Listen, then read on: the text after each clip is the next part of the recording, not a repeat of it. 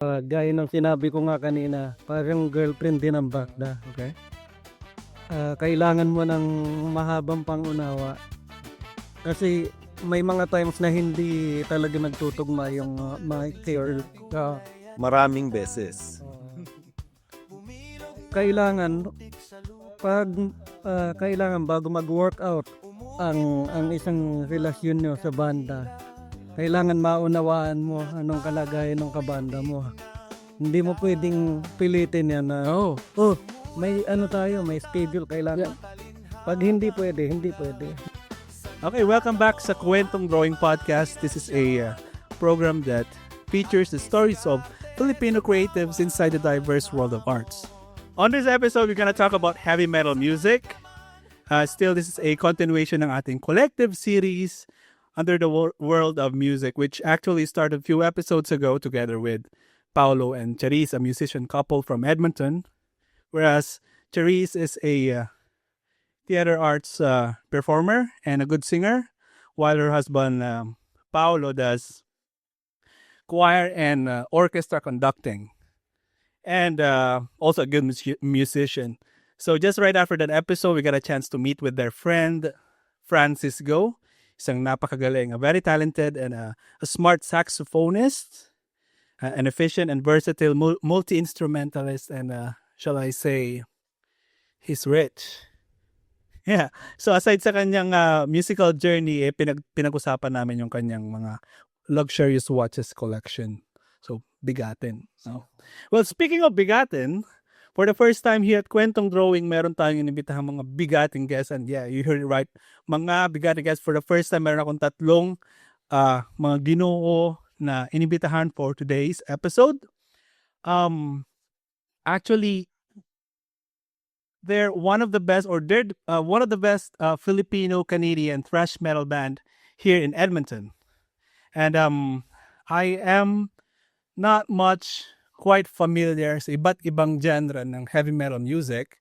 I know that there is a thrash metal music, meron tinatawag na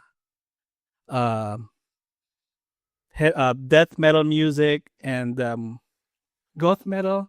Pero hindi ko ma-differentiate kung anong klase, but when I learned about thrash metal and then up until I listened to their live performance last year, so inibitahan kami ni Mrs.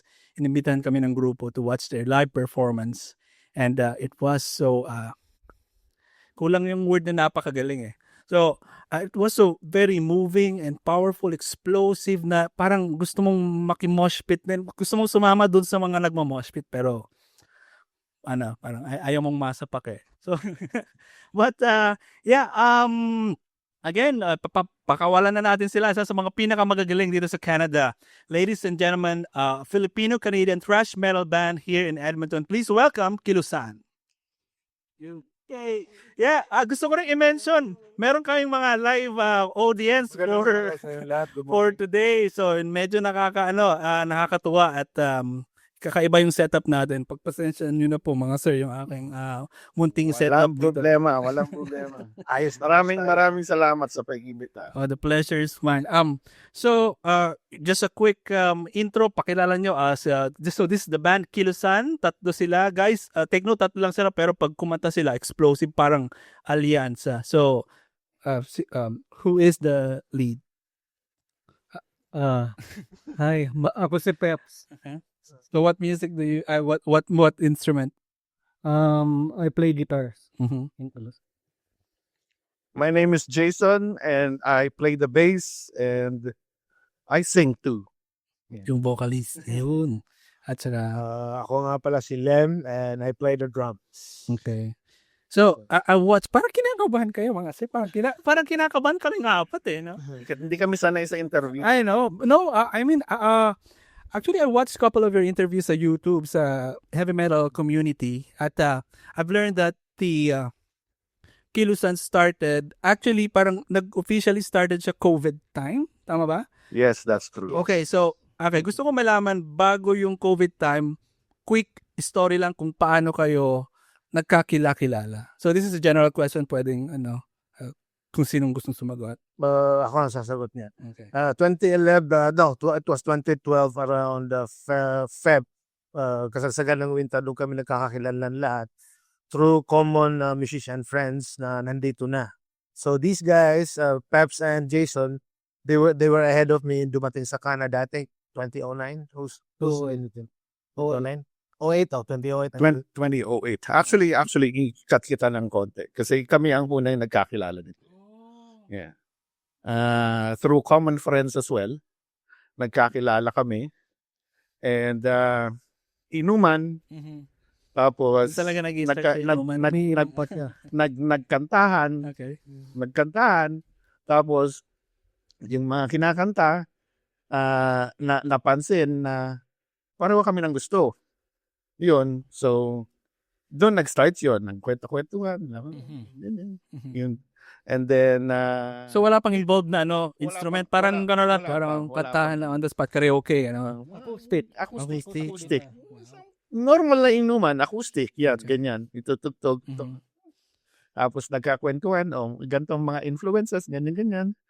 Yun. So, and, tapos, anong nangyari nun? Yung sinasabi ni Lem. Tapos sa kanya sa nakilala, si Lems. Kasi, Okay. they have an existing band that time. Yeah. No, dumating ako, then fortunate enough na nakakilala ng mga film musician na nadala sa mismong growing na yung actually it wasn't growing yet, it was just starting out. Yeah. Kasi Simula. parang kumpulan ng mga musikerong kanya-kanyang banda, and beside like why not make a gig, and doon na buo yung Jump for a Cause 1 na halos lahat ng mga bandang maliit pa ang community nun eh. So that was the first na nagkakakaya kasi I was in another band din nung time. So prior, may mga kanya-kanya kayong Oh, banda yes. talaga na full-time din na nagpe-perform sa mga audience, or parang, something that you do the weekend, pang side passion, gano'n. Not really like that though. Because yun lang, mga ganun, pag merong event na nagagawa, tumutugtog na kayo. yun, tumutugtog kami sa ganun. Okay. Pero magkasama na Kaming dalawang magkasama. I see. Tapos with may iba pa kayong paano yun? Paano naging ano yan? Is it like a heavy metal kung yung dalawa lang, may mga iba bang tao na kasama? Na may iba. May iba pa. may Okay. Okay. Kala ko silang dalawa. Dapat kami sa banda noon. Okay. Alright kami noon. Alright. Okay. Yeah. So, bakit Kilusan? Okay, curious na ako. Why Kilusan? Bakit niyo pinangalan ng Kilusan yung band? Sino nang kasay? Ganon. Then that's Yeah. back ng before Kilusan, we have a previous moniker, my previous name. Which I think it's healthy enough to reveal kung ano yung before the band called One Man Army. One Man Army. One. Na. Ayos okay. Yan yung banda nila before pa ako Before pati-tasting din. Nakailang drummers kami. Then, So then before I was with another band na tumutugtog na, then every time na isip parang nalulungkot na pag ako nakakaroon ng booking, malungkot pag ako lang tutugtog. Silang madalas kong karay-karay. Text ko agad si Peps. Peps, pwede ba yung One Man Army sumabay kayo to gig? Sabi niya, naman, sige, sabay kami agad. Mga 2-3 gigs din na always pag it's either banda ko or yung Dos Jablos, meron akong duo kasama dati. Okay. Na shoutout nga pala, Eric Anolan, meron. Yeah. Okay. Pilipino din. Yes. So ang community ng heavy metal or underground music dito sa Edmonton o dito sa Canada, madami din. Pinoy-wise, Not really Pinoy-wise, yo. Yeah. Pinoy-wise, not really. Kasi, alam mo na, nasa comfort zone tayong mga Pinoy, which is, there's nothing wrong with it. Okay. Yung nasa general music lang ang karamihan. And guys like us that really, drawn into much extreme form of music, it's a rarity. Lalo na sa edad pa namin na dito sa Canada. Kasi mostly ng mga musikerong kasabayan namin, yan, yung kung anong kinagisnan at kinasikatang mga kanta, doon sila most I think meron namang mahilig.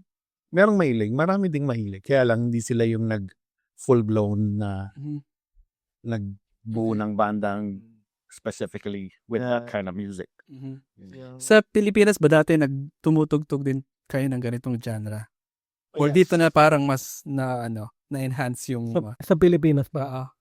okay, nagtutugtog. Pero hindi kayo makakakilala sa Pilipinas. Hindi. Hindi ka naman Okay. Destiny.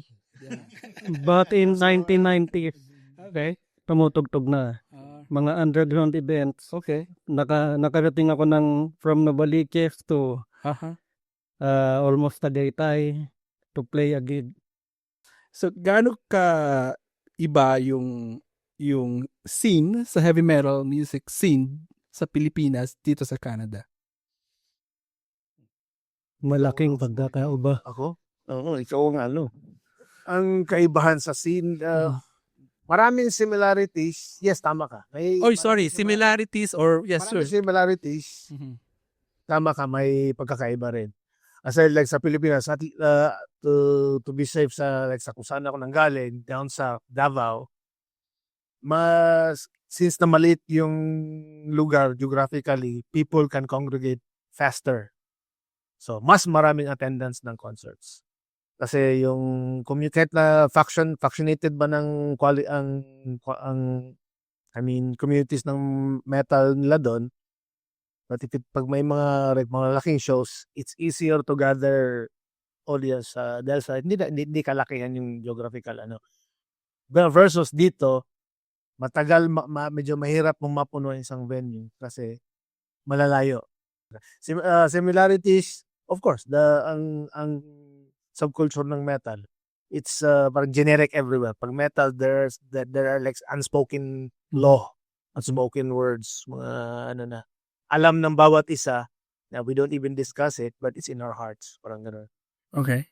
Yes, nabanggit mo yan kasi na isa sa mga naramdaman ko nung pinapanood ko kayo live.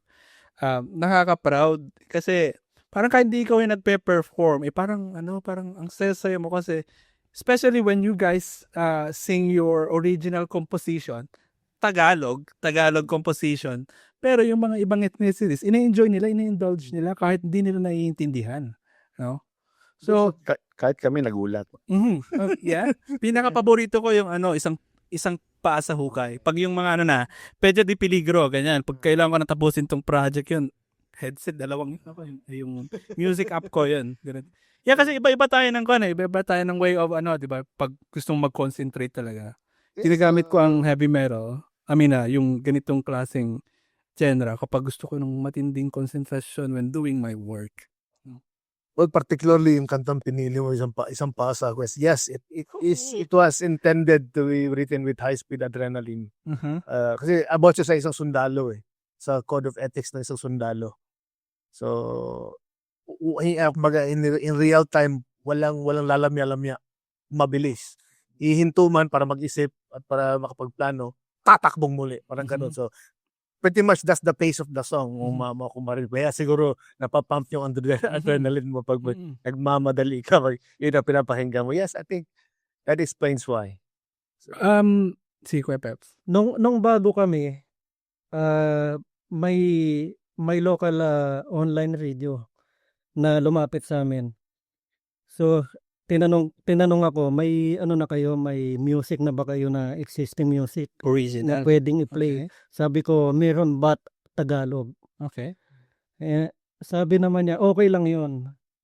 Kahit Tagalog yung lyrics, okay lang. Pero yung music naman is metal na metal. Yeah. So, Parang siya, enjoy pa din sila. universal, 'di ba ang music regardless of the language para sa akin lalo sa scene ninyo kasi yung mga nag-headbang sila Tagalog, nag-headbang, natutuwa ako. Kahit nung parang surreal, no? Kasi nung umpisa parang, Kasi nagulat kami. Okay. nung umpisa, mga first few shows, parang, hindi namin alam how people will take it. Kasi, Yeah. mga puti, di ba? Canadian scene na. Hindi na to sa Pinoy comfort zone na tugtugan. Okay. Talagang nasa bungad pa kami ng scene. Parang papasok na kami ng pinto na ito na yung underground na scene na this is what we wanted. Ito yung talagang ginusto natin para sa banda natin to get out of the comfort zone. And this is it. Una namin tumugtog. It was really overwhelming. Parang overwhelming in a very good way. Na parang, good response. Yeah. Talaga. Kaya nung mga unang tinutugtog namin, actually, nung first time namin tinutugtog yan doon, I always introduce him, like, sinasabi sa kanila na, this is in Filipino. I hope you guys Okay. can dig it. No? At wala namang parang yung parang negative remarks na Nope. Ano? Never. Wala na maintindihan. Well, never. Galing. Okay. So very accepting, you think, the culture here? Yes. Okay. Because, kasi ang heavy metal, saan ba nag-originate ang heavy metal? Sa Western dito ba? Sa, Well, kung to make the story short, Mhm. it's like an encyclopedia of information Yeah. bago natin maano siguro yung Yeah, history niyan Ah. sa lem niya. To make it short, Okay. ang terminology ng heavy metal sa mga Breton galing yan. Particular doon ang galing yung music. Sa banda na nag-umpisa rin ng ganun, like Black Sabbath, Led Zeppelin, and so on and so forth, na nanggagaling ron. Brought to America, listened by the American kids, now sprang out another kind of music. So, eto na yun ngayon, yung thrash metal, yan na sila. Okay. So, paano pag sinabi mong thrash metal, ano ba yung thrash metal particularly? I think thrash meaning, like, it's a very rapid movement. Rapid move. Parang Mabilis. relentless. Para siyang brute force. Parang gano'n ang pag-intindi ko sa thrash. Word na thrash, parang hindi siya mapakaling galaw. Hmm. Para siyang always on the move, always agitated, always parang buhay in a certain higher frequency thing. Compared ng sinauna ng heavy metal, more on like subtle music oriented, yes, Mhm. and art. Thrash was invented, there's more to it, like hindi lang siya ang music, yung the aggression, the happenings behind it, no? You know? Kasi I think it was born in the 80s, so I think part of it is the oppression ng mga dissatisfaction ng tao sa society, sa gobyerno, kasi more on yung mga lyrics ng mga banda Yeah. noong time na yun. Yeah.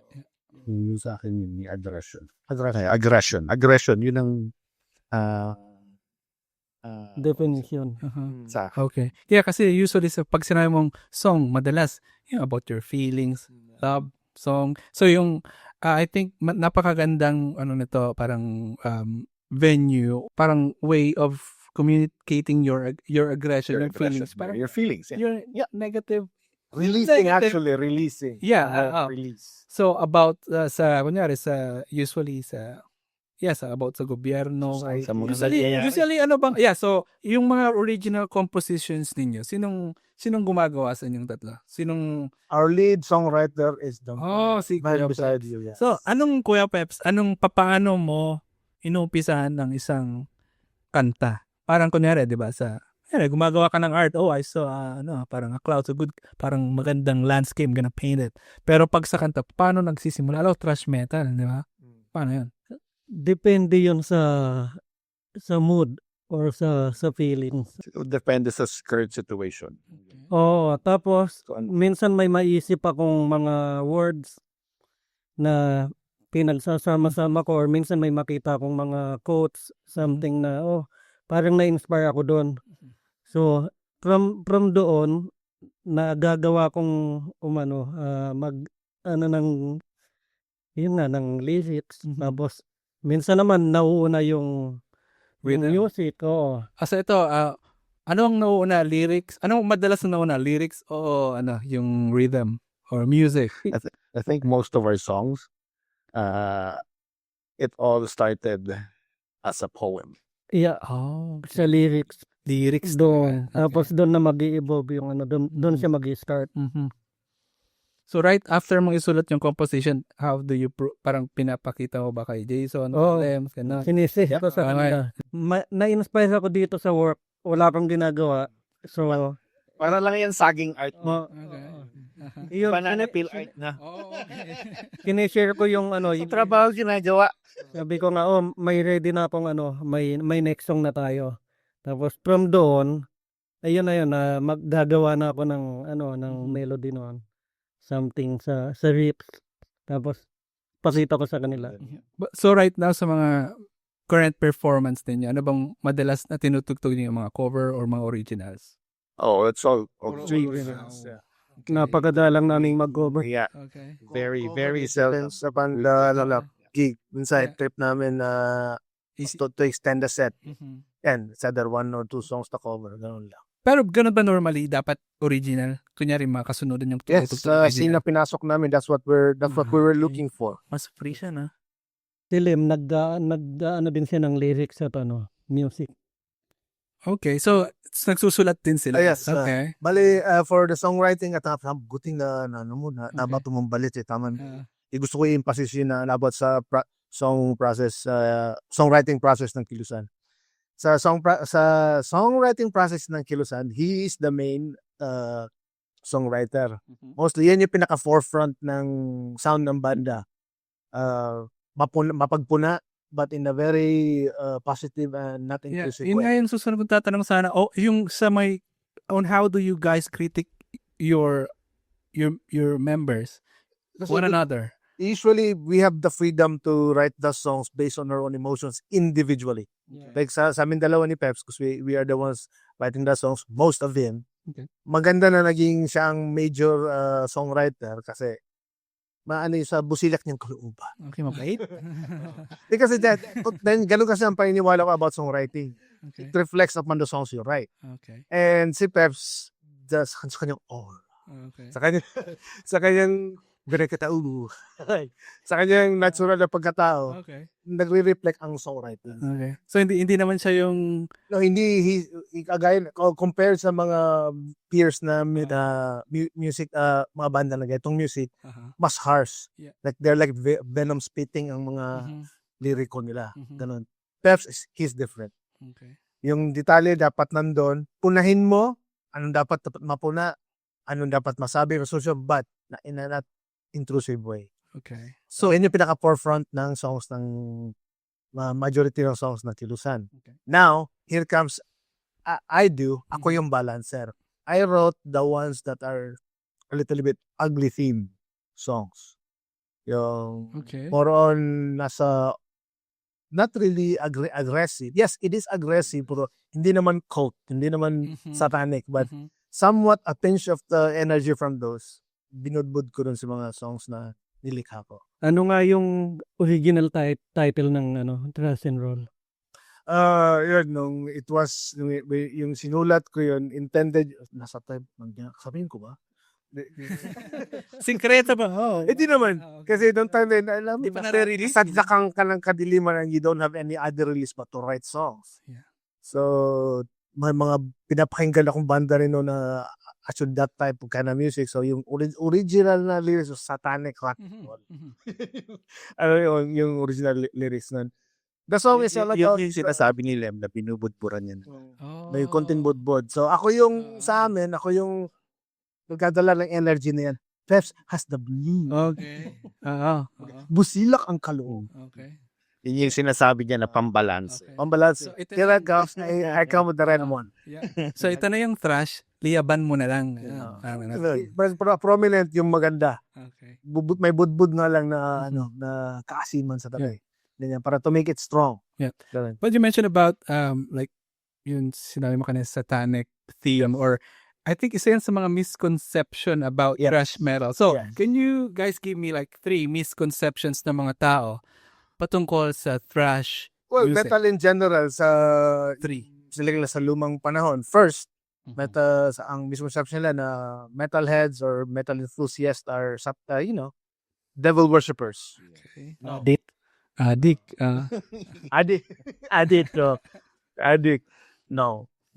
It's not like that. It's not. Okay. Oh, sige, tigisa kayo. At pangalawa, Pangalawa, so yung misconception.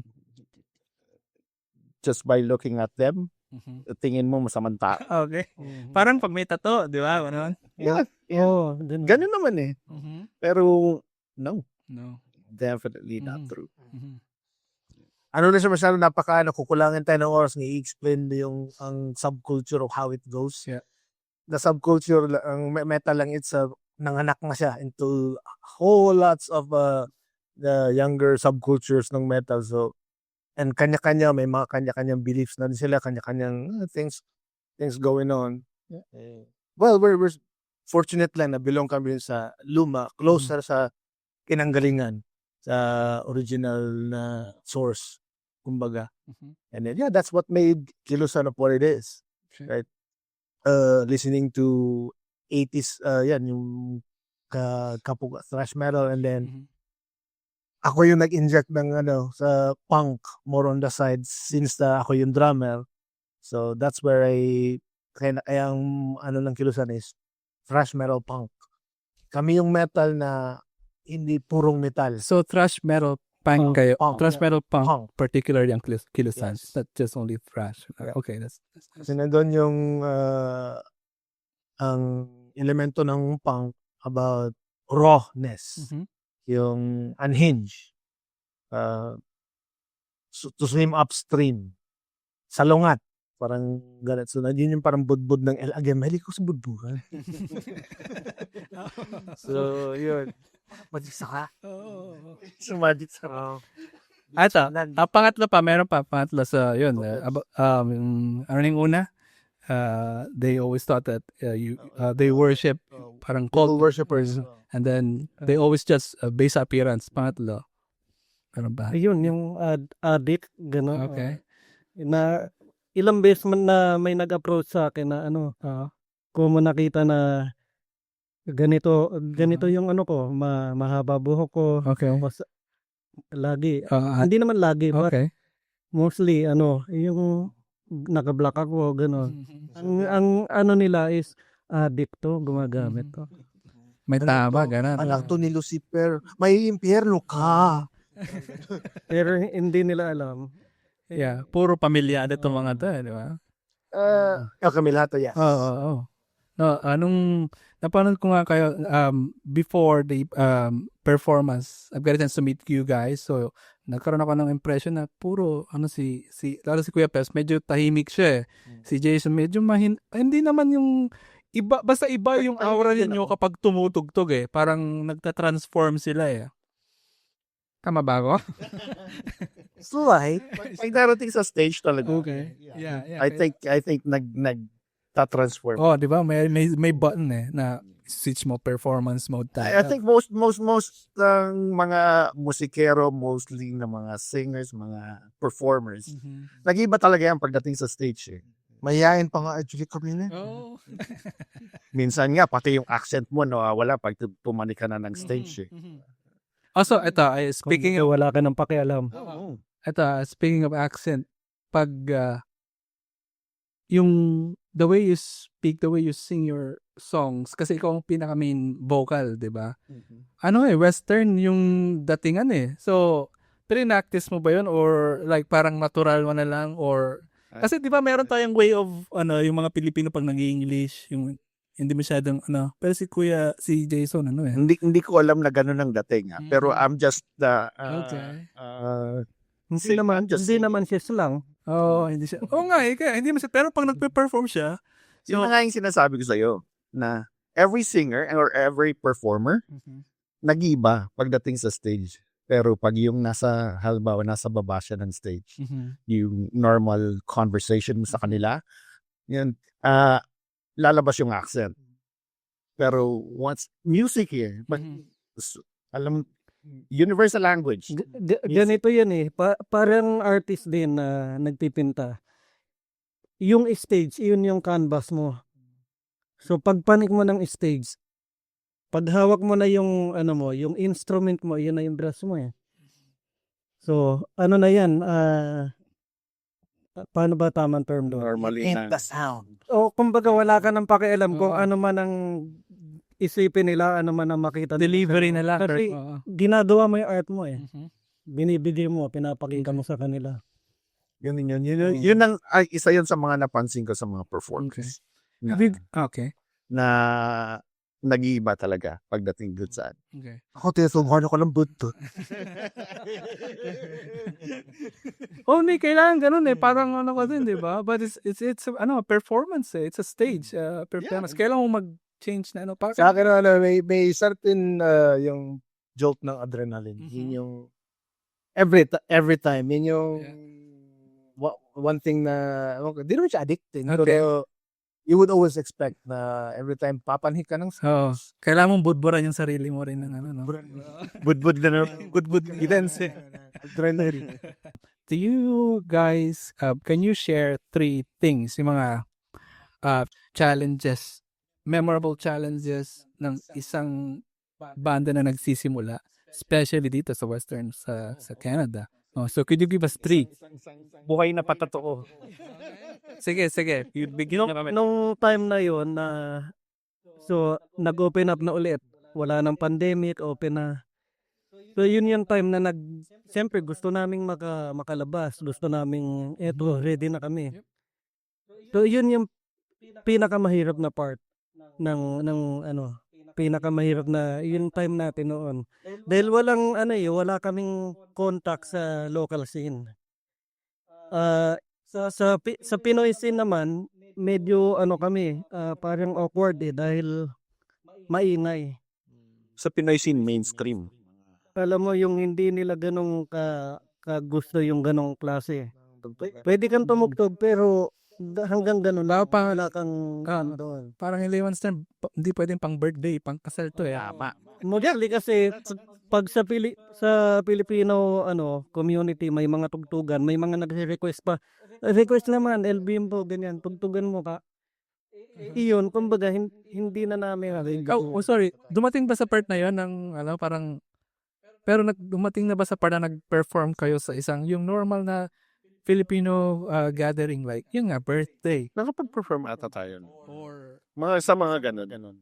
But not as Kilusan, I think. Not as Kilusan. so yun Not as Kilusan. okay. Alright. Kasi yun na, ayaw na namin gawin yun. Yung time na yun is gusto namin na kung ano yung mga sinulat nating kanta, yung orig, kailangan yun na yung kakantahin natin. Okay. So nag-try kaming pumasok sa local scene ng Edmonton. Yun ang pinakamahirap dahil yung wala kaming kakilala. Saka walang nakakakilala. O walang nakakakilala sa Wala kaming kilala, walang nakakakilala. Ang challenge is to market ourselves sa mga local scenes. So, productions usually. Yeah, hindi ko mabilang kung ilang production ang minessage ko. Isa-isa yan na at mayroong mga tumanggi na on the spot tumanggi na yung iba naman deadma hindi sumagot. Hindi ba? May mga na gumawa muna kayo ng demo or mag-send kayo ng video, something na ganon. Matagal. Saka yun ang hindi naging madali. But nalampasan naman namin yun. Minsan may biglang may nag-message sa akin na isang production na tinanong kung pwede kaming tumugtog. Di siyempre excited ako. Yun nga nung sinabi ko sa kanila okay sa kanila. So yun. So, yun. Yes, nilako niya ng nilakop yung sinatok. Hanggang sa from one gig nasundan yon Okay. ng isa pang gig at nasundan pa ulit hanggang sa eventually may nakakakilala na sa amin, may nakatanda sa amin from previous gig na yung Kilusan. Minsan pagdadating pa lang kami sa venue may tumatawag na sa amin, Kilusan. Okay. Nakikilala kami. I think gano'n naman usually yung magandang feeling yun para sa amin na Sa lahat na nagsisimula, yun ang pinakamahirap yung ipipenetrate mo yung community eh. Come to think, we're not just a bunch of three guys trying to penetrate the scene. We are minorities. So, yun yung isa sa parang challenge. Kasi every time na mag-perform kami, we knew they loved the music. But because of our minority looks, they would stare at us blank first. Okay. Then na Calvi? yeah.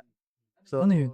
si Calvin siya yung yung One of the few the first na naniwala sa Actually, unang naniwala sa akin. Puti. Open. Producer. siya. Siya ang manager he runs the place sa Red Bull Pub 49 sa 149th Street. Yun ba yung pinuntahan natin? Yun. wow. Sorry, sa Rendezvous yung sorry. Okay. So pero siya Kung gusto ko na naniwala sa siya yung nagbigay ng break sa akin. Alright. So, nabanggit mo yan dahil sa community ng heavy metal meron din ba? Alam niyo yung parang sa high school, parang bagong pasok ka, binubuli ka, ganyan. wala naman. Okay, wala naman. Walang ganun eh. Walang ganun sa metal community. Okay, sabi mo nga, very accepting. Very welcome yeah. Okay. Dilo lang ang makikita mo dahil sa structure, they're not used to seeing metal coming from minorities. Oo, totoo. Especially the Filipino guys, the karaoke boys. Kasi may marami sa audience na, I didn't know may mga pinakagaya nyo kasi sa companies karaoke ang gusto. Doon. Iba naman, Pinoy karaoke eh. Sa mga nagsisimula ng in general din, hindi lang sa mga grupo na gustong gumawa ng banda, whether in group of singers that want to start their band, it could be a heavy metal or any kind of genre. Three advices na may bibigay niyo sa mga nagsisimula. Akin, masasabi, isa ulit. Sige, sa akin, masasabi ko, before you start, know what you want. Alamin mo kung ano yung gustong tugtog. Yun lang. Alamin mo gusto, and then, kasama na ron sa isang yun yung, alam mo na ang gusto mong tugtog, hanapin mo yung mga taong kagaya mo ng gustong tugtugin. Pangalawa, Ano lang, siguro, kung anong sabi mo? Find the right people or know what you want. Know what you want. okay. Yeah. Siyempre, pursue it. Continue. Don't stop. Yeah. Consistency. Yeah, consistency. Like what happened to us. Hindi kami tumigil. Yeah. So, dire-diretso lang. Maraming maririnig na criticisms or something. Kalakid. Maraming challenges, pero just continue. Kasi hudang anumang mga challenges yan. Tugtog lang. Try really hard. Keep pushing. Nice. Ako, gaya ng sinabi ko nga kanina, parang girlfriend din ang banda. Okay. Kailangan mo ng mahabang pangunawa. Okay. Kasi may mga times na hindi talaga nagtutugma yung mic or Maraming beses. kailangan kailangan bago mag-workout ang isang relasyon nyo sa banda, kailangan maunawaan mo anong kalagayan ng kabanda mo. Hindi mo pwedeng pilitin yan na may may schedule kailangan. Pag hindi pwede. Galing nga. Kasi nga, I know na kayo ay pamilyado, bata. So, ang galing kung paano nyo na, nababalance pa rin. Isa yun sa role namin. Okay, na? Pamilya. Kangunahin mo. Pamilya. Ano nga yan? Unspoken pa nga nag-umpisang role yan. Parang innate naming naging batas yan na Pag hindi pwede ang isa, hindi tayo pwede. Okay. Walang pilitan, walang samaan ng loob. one for all. Kaya siguro nag-workout yung na so isa yung goal ba na may priorities na may family. Okay. We tailored fit our mga galaw namin sa reality nila na kanya-kanya kami, may mga tatay kami. We have responsibilities, each one of us. So there, yun ang pinaka-backbone. Yes, in Kilusan, just build things around it. Kasi constant namin yun eh. Di mawawala yun. Mawawala. Part ng namin yun. Maswerte, napakaswerte lang talaga namin dahil napakaswerte namin dahil ang butihing mabahay ni Peps na yun. Si manager. He's like our fourth member. He's always been there. Puno si Ate Minas. Ano ka dito, Ate Minas? Taga sa kamara. Kasi she gives nourishment to the band. Oo. And she plays a very important role. Parang Tulad nga ng sinabi ko nung last habang nagpe-perform kayo, tapos si Ate Mina yung nag-backstory. So, okay, ang galing. Kinukwentuhan kami ni Jen. So, I learned about your story and then, yun, sinabi ko, I need to talk with them. I need to invite them in a podcast. At, ayan, finally, nandito na tayo. So, nabanggit niyo about sa relationship ninyo as parang pamilya, you have your own family and also parang pamilya na rin kayo as one. So, may mga time na nagkatampuan na rin ba kayo, ganon, na no. wala pa? Parang wala. Parang wala? Kasi nga, right from the get-go na May rules kami na bago pa yun, nung binuo namin yung Kilusan, ganito dapat tayo. Hindi tayo pwedeng unahin ang banda dahil may mga pamilya. So, hindi kami nagkaroon ng problema. Gaya nga sabi ko, kailangan mahaba pang unawa mo. Pag may mga sitwasyon, like sabihin natin, may gustong kumuha sa amin, malaking gig. Pero isa o dalawa sa amin po, like si Peps, hindi siyang po pwede. Pagkakitugan. And I would usually in the second emotion na. Okay. So, parang you can't really speak for the whole dapat may kanya-kanya, I mean, tatlo dapat. yeah, may permission kayong tatlo, right?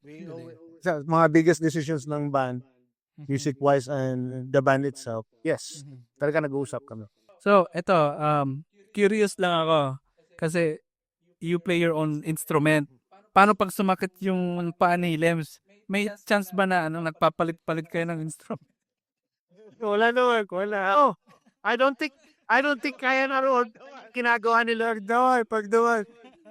Kasi may kumbaga bilang isang tambulero, bilang isang drum, you really have to take care of self.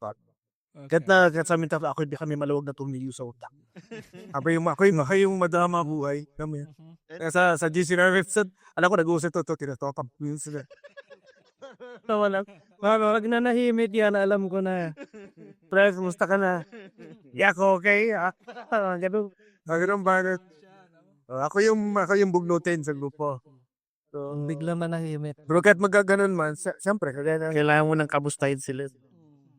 Pinsan parang makinang kulang sa langis. Diyan kailangan mo kilaw. Pero kaya gano'n po, bilang drummer, I took it very heartfelt responsibility. Bilang isang tambulero, you have to take care of yourself. So, yeah, I do a little bit of routine workout just to keep pace myself. Kasi pag nasa stage ka na, iba ang tugtog sa ensayo, iba pag nasa entablado. Nasa ensayo ka, you're the most powerful performer. Talagang magagawa mo lahat. Like, hindi ka time sensitive eh. Nag-iensayo pa yun. Ang perfection nandun. Versus kag napanhik ka na ng stage, ang energy mo doon, sukat na. Kasi yung part of it, nangyari siya nagapit sa kakabuhat. Ang gamit, anything and then the stress. Lahat na stage fright mo. Kahit na sinong veterano musikero, may stage fright. Napipig. Oo naman. There's no such every single time. Yeah. Meron ganun. May unosyo. Walang art. Kaya kasi kami natin si Michael Jackson, may stage fright yan. Ano nila, baga you get used to move things around it lang. Ganun lang nangyayari. So yun, pag unhik mo na ng stage, your energy is different from you rehearse. So doon, kung ano yung natira sa'yo sa bulk of energy, wala nila. Budget and ultra, ay tawid na yung set. So, ganun siya. Para sa akin, But once you see the people in front of you, they that think gives what you're the energy somehow. yun, matatanggal na yun. Kung matutanggal ang pagod hindi na dagdagad Dagdagad ang energy. Sa akin yung Stage fright, or kaba mo habang nasa stage ka, pag nakita mo yung tao sa harapan mo, and they're digging what you are giving them, napakasarap sa feeling, and then tanggal ang kaba. Ganun. Commonly na. Pag, minsan ang kaba sa akin pag before ng 1, 2, 3 na count, yung talampakan mo parang tsaka yung parang pawis. Hindi, makte. Or pag kumalansing na yung cymbals na suwana. That's one. Na-miss ko yun, yung live performance. Sana makanood ulit kami ni Jen ng performance.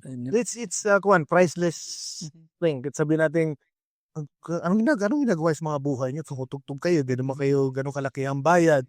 Baka pagod kayo, at least hindi nyo kami nahihitin. Again, it's not always about the money. Never. Hindi nababayaran yung feeling na nakapanti ka sa entablado. Especially sa entablado na kung saan sikat na entablado na kung baga lahat ng mga kilalang banda tumagaktak ang pawis nila sa side na yun. And you get to play in that same stage. Pakan mo, kakaiba ang music. Maski palagi namin na mga sarili mo na yan, we're living the dream. Kasi ito yung dream ng youngsters tayo na hindi natuloy kasi nga hindi naman kami galing sa mga mayayamang pamilya. So, mahirap maging musiko sa Pilipinas. Mahirap maging musikero. Pangalang gamit. Natuto ako ng instrumento. Wala akong sariling instrumento. Ayaw pa ng tatay ko. Kasi mag-adik-adik ka. Mag-gangster ka. Ba't ba? Gusto ko maging musikero. Hindi ka magmusikero. Maging addict ka. So, sa on your 7 or 6 years of years playing as a Kilusan, I know your first performance sa Calgary, memorable yon, di ba? Ano pa yung sumunod na pinakatingin yung memorable na tumatak sa inyo? Na it could be Marami. masaya or parang may something na nangyari. Anong pinaka memorable experience niyo? Sa Kilusan. Ay, wag ko kung pareho ng memory. Yung sa Shocker Fest. Dito sa Edmonton? Sa yung It was the last 2 years ago. It was last year. It was a shocker. Okay. Good or bad? Napakaganda ng venue. Okay. Nalimutan ko yung kanta. Sana yun. Hindi naman siya daw. Bumilang, Sa paborito namin. bumilang na si Lem. Aha. Na may setlist kami bumilang na si Lem. Nakita ko yung setlist. Pero nung iba yung Ibang kanta ang yung kantang nasa isip nyo, nasa setlist, pero lumalabas sa kamay na ibang kanta. Saka 3 times na inulit namin, ganun pa din. Yung pa din. Ulit. Ayos Nilapitan ko na. Tapos, hindi ko na sa kanya. Kung paano yung kanta. Ganun pa rin, hindi pa rin niya nadali. So, how was it? Pero ang mga tao nakatitig lang. Nakatingin mo, Like how long? may siguro mga 30 minutes. No. 30 seconds. Okay lang naman. Minute. Hindi yung bumakatang minuto. Ang iniisip nga nila, may nagsabing, hindi ba Kasama sa performance. yung Okay. Tapos maraming tao yan. Kasi Maraming tao nakita ko yan sa Instagram I think it's a big thing here. Isa yun sa pinakamaraming tao namin. Ano yung mga kilalang local festival na ito. Saka yung venue maganda. Okay. Main stage ng Starlight, yan yung pinakameka. Yan yung kung saan tumagak yung mga pawis ng mga kilalang banda sa stage na yan. So silence talaga. For parang Hindi naman completely silence na. Ang Akala nila part ng parang lang kasi I think we're very fortunate like we are so like transparent somehow. Like yung pangyayaring yun parang candidly. Nung sinabi ko sa microphone, he forgot the song. Tumawa lang ba? Okay. Ganun lang. Freaking dance, okay yan. Okay. So parang branded talaga na. And they're not like, hindi ka nila ibabash or something. Tumawa lang sila like that. Tumawa lang sila din nung we began to start all over again. Okay. Boom. That was it. And then he successfully ended it. Okay. But after naman noon, maganda naman yun. After that, marami kumamay sa'yo. I think ganun naman normal like Still love the performance. Yeah. Yeah, actually, sa amin, hindi kami sensitive sa ganun. Sa bagay na like, nagkamali ka. Bakit yun? Nakalimutan mo, no? Hindi kayo nag-away man das si Marino. Saka hindi kami naninisi na, ba't ganun ang ginawa mo sa part na yun? Never did. May mga ikat na Parang natatawa pa nga ako noon eh. Kasi hinaham ko na sa kanya. Hindi niya ba makuha ko? may instances din maging no na ako yung lumalampas. Okay. Bukuti nila magagaling tong mga kasama ko nahuhuli agad. Ay, habol lang. Para kaming Tatsulo ng hindi tinatapon ng ninja. Shuriken. Well, you know what? Doon yung paparents. Daming reference nila, no? Parang sa Whiplash, tumutugtog pa rin siya, ayun yung tumigil. Parang ganun ba yun? Parang ganun. But again, imperfection make things perfect. Di mo? Yeah. Parang kami Kilusan, one thing na kung pang masasabi namin pwedeng sabihin ng iba flaw. But I would say sa amin, it is one of our very much strength as well. Ano kami, parang humihinga at buhay sa live na performance.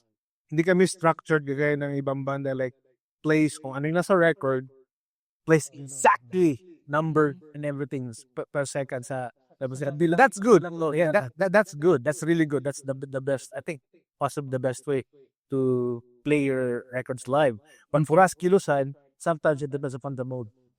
So yeah, kung gaano ka like maraming crowd, iba rin ang intensity ng playing ng grupo. But may standard intensity playing din talaga maglaro. May tao man o wala. So Same energy. So yeah, same yun. padagdag lang yan pag depende sa response ng crowd. Magiging ganun madalas. So that was it. Okay. Ganda. So ito, I think you have a new a new album coming or lumabas na release na sa Spotify. Can you tell us more about the purpose? Single. A single? A Yeah. few weeks back. Okay. So what's the purpose? Or what's the story behind the purpose? Ayun, na ginawa ng cover art ni April Angeles. Ang galing, no? Doon. I-close mo doon sa camera. Ayun. Yan yung original print. Hindi ko masyadong napakinggan eh. Is it English or English? So, Sa panulat ni Peps. what's the story about? The message is pretty clear and Straightforward naman. Okay. Faith? Ganun? Hindi, lagyan ko ng talinghaga. Masyado kasi straightforward. Lagyan ko ng talinghaga. Well, the purpose, kumbaga, we thrive in the utmost, alam mo na, conditions in life. Doon mo malalaman, kumbaga, sa spectrum ng hardship, doon mo malalaman yung purpose. You'll get tested. Okay. You will get tested, but to lock in your goal, those tests are tests. They're there for the reason. Just gonna go on with the purpose. Parang gano'n. Di ba? Everything happens for a reason. Everything happens for a reason. Ganda. Pero may ano tayo diyan eh, may isang storya tayo diyan for the purpose na hading na namin hindi i-record yan. Oh, itong kantan to. Nagka-purpose din. Hindi siya part ng album talaga. Okay. Nagka-purpose akong bigla. Kasi ang kantang to, ginulat nila ako. Wala to sa planong i-record. Wala sa plano. Doon na sinabi na recollect ko po ha. Hindi ko na ensayo yan. Wala yan. ito kasing kantang to, matagal na namin iniisay. Narayan ako na episode. Pwede kami nasulat. Tagal na yung naisulat. Then, na-ensayo namin, tinapos na namin and everything. Pero, hindi namin siya tinutugtog sa gig. Parang hindi namin siya favorite. Okay. Parang ganon. Nung tinugtog namin sa studio na i-try nga natin, i-record natin. Di right. Sabi mo, record na agad. Yan, nung nag-recording kami, na-stress natin. Huling namin i-record yan. Tinapos na namin yung buong set. Buong album. Na-stress ako nung bigla eh. Tapos, Recording the purpose. The purpose kayo dyan. But, I think, na-rehearse ba natin yun? walang rehearsal. Biglaan lang talaga. Okay, rundown muna tayo natin twice. So, ito na siya. Yun ang story. And yung God, the purpose. Okay, before we end this podcast now, ang rich ng journey ng Kilusan now. So, again, I want to thank you guys for coming in. And do you have your future upcoming events na gusto niyong i-plug? Oh, siya nga pala, may kami. Tama, abangan yung mga kaibigan, may kami, may show. Saan? Saan nga? It's on July 30. Black copy guys. It's on July 30. Yeah. Please catch out Kilusan with Ayun. Iron Kingdom, WMD, Valley of Despair, and it'll be on Starlight. Yeah, Starlight on July 30. So see you guys there. Yeah. Message to your fans and bagong nagsisimula din magbanda. Sa Kilusan. Mhm. In general, kung sa scene, kasama puti, well, they already, may blueprint na sila where to follow, what to do. Alam nila. Sa atin lang sa Filipino community ang wala pa. And Okay. hindi sa pagmamayabang at pagbubuhat ng sarili bangko. We in Kilusan, we work it hard for us to get there. And then, successfully, yeah, we did. We're living the dream sa ngayon. Hindi siya kagaya ng dream like fairy tale dream, but it was yung like to be able to play in the main scene. Kung paano nag-umpisa yung mga iniidolo naming banda, how they started. This is what they were doing.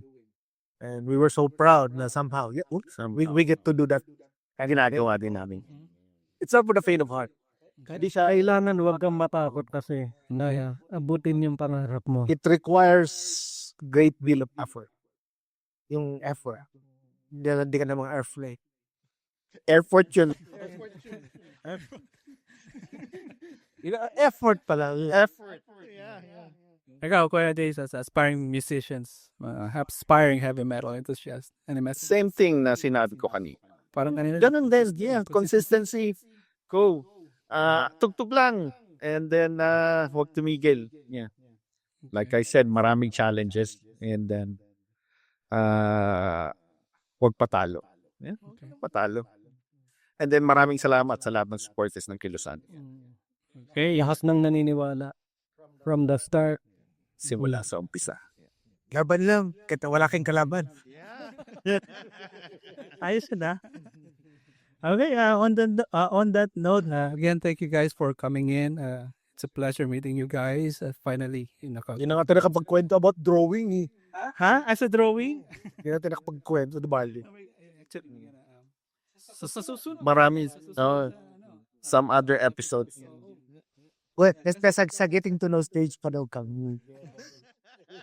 Parang relationship. Papastop din kami. Pero yun guys, sir. Abang na abang sila dun sa fast talk eh. Hero like, Mukhang nag-prepare sa fast talk eh. Sige, mag-fast talk ka. O sige. So just a quick game. Dati ginawa namin to kay Paulo and Cherise to test their yung kwan nila as a couple, 'di ba? Like what's your favorite color? 1 2 3 sagot sabay. Dapat pareho kayo ng sagot. Pero kaya kami nung So may mga itatanong ako sa isa sa inyo just to test your genuine relationship pa kung talaga bang nagka-bond kayo or talagang connected kayo. Okay? So, itatanong ako kay Lems tapos sasagot kayo sabay-sabay. Okay? Kunyari, anong favorite color ni Lems? 1, 2, 3. yun. Okay. Ito. Parang lahat kami. Oo. May isip kayong tanong? Favorite song? Parang madami yun. Favorite song? Favorite Kilusan song or favorite? Okay, favorite Kilusan song ni Lems. 1, 2, 3. basa ho ka. Hindi pundit. Ang sagot ko, Grip on Destiny. Mali. Okay, ano sabi mo? Isang Yeah. basa ho ka. Okay, paborito ko rin yung isang Kasi it's the So, fastest song. Yeah, pero I like that song. Yeah. Okay. Ako din. And and it's our very first song na Single. For single. Ito kay Jason. Anong tanong natin kay Jason?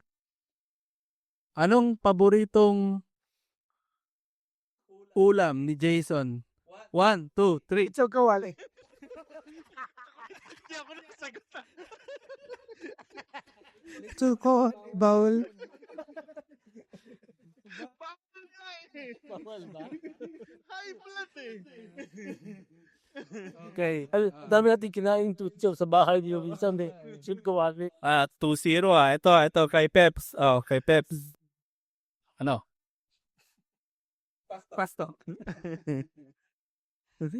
Oh. Michael! Lights off. Ito kay Peps. Sinong paboritong banda ni Peps? 1. Marami. Madami? Walang nangingibabaw? Hindi mo kaya maano sa isa. Hindi mo ma-divide sa isa. I think one thing is Pantera. Because of Dimebag. Ayun, at least na hindi man nag-connect ng sabay-sabay. Alam nila, di ba? At the back end. Okay. Again, thank you so much for coming in, guys. And on that note, sa lahat ng mga nakikinig sa mga ka-drawing natin, keep being Pinoy, keep being creative, and see you next time. Bye! Rock on! Thank you for tuning in mga ka-drawing. If you enjoyed this episode, please leave us a comment here on YouTube and Spotify. For more audio episodes, tune in to our Spotify channel at Kwentong Drawing. And for more video episodes, don't forget to subscribe to our YouTube channel at Jan Victorio. Follow us on our Instagram and Facebook. Just search for Kwentong Drawing. That's it. See you soon. Bye.